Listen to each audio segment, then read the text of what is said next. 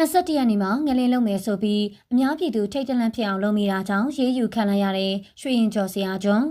21ရက်နေ့မှာတရားရဂိုင်နှုန်းငလင်းလုံးမယ်ဆိုပြီးဟော့ကိန်းထုတ်ခဲ့သူကရွှေရင်ကျော်ဆရာကျွန်းဖယ်မီစထရီဆိုတဲ့ TikTok ပိုင်ရှင်ဖြစ်ပါတယ်။အားလုံးသိကြတဲ့အတိုင်းမြန်မာနိုင်ငံမှာပြီးခဲ့တဲ့မတ်လ28ရက်နေ့ကအင်အား9.9အဆင့်ရှိတဲ့မြင်းငလင်းကြီးလှုပ်ခတ်ပြီးမှအားလုံးကငလင်းပေးဆိုရင်ကြောက်လန့်ထိတ်လန့်နေကြတာဖြစ်ပါတယ်။ဒီလိုအခြေအနေတွေကိုခွင်ကောင်းယူပြီးဘေးရင်ဆရာရရောင်အကြမ်းမြင်ဆရာရရောင်တွေဘဲနေမှာငလင်းလုံးမယ်ဘဲနေမှာဘာဖြစ်မင်းစသဖြင့်6လုံးတွေလေလုံးတွေနဲ့တည်င်းမားတွေဖြန့်ဝေနေကြတာပါ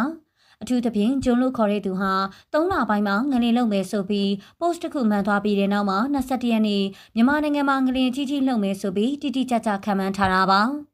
ဒီလိုခံမှန်းမှုကြောင့်ထမ်းမြင့်အဆောင်တွေမှာနေတဲ့သူတွေတညလုံးအိမ်မရလို့လမ်းမပေါ်မှာဆင်ကြရတာတွေဈေးတယ်တွေဈေးမရောင်းကြတာတွေရှိနေတာဖြစ်ပါတယ်။ဒီလိုအများပြည်သူထိတ်တလန့်ဖြစ်သွားခဲ့ပေမဲ့ငလင်ကတော့တကယ်မလုပ်ခဲ့ပါဘူး။ဒါကြောင့်လေဂျွန်ဖဲမစ်ထရီဆိုတဲ့ TikTok အကောင့်ပိုင်ရှင်ကိုသက်ဆိုင်ရာကစုံစမ်းစစ်ဆေးဖမ်းဆီးခဲ့တယ်လို့သိရပါတယ်။ဂျွန်ဖဲမစ်ထရီအကောင့်ပိုင်ရှင်ဟာမုံရွာမြို့နယ်ကရက်ကွက်တစ်ခုမှနေထိုင်တဲ့တန်22နှစ်အရွယ်ဂျွန်မိုးသေးဖြစ်ကြောင်းလည်းသိရပါတယ်။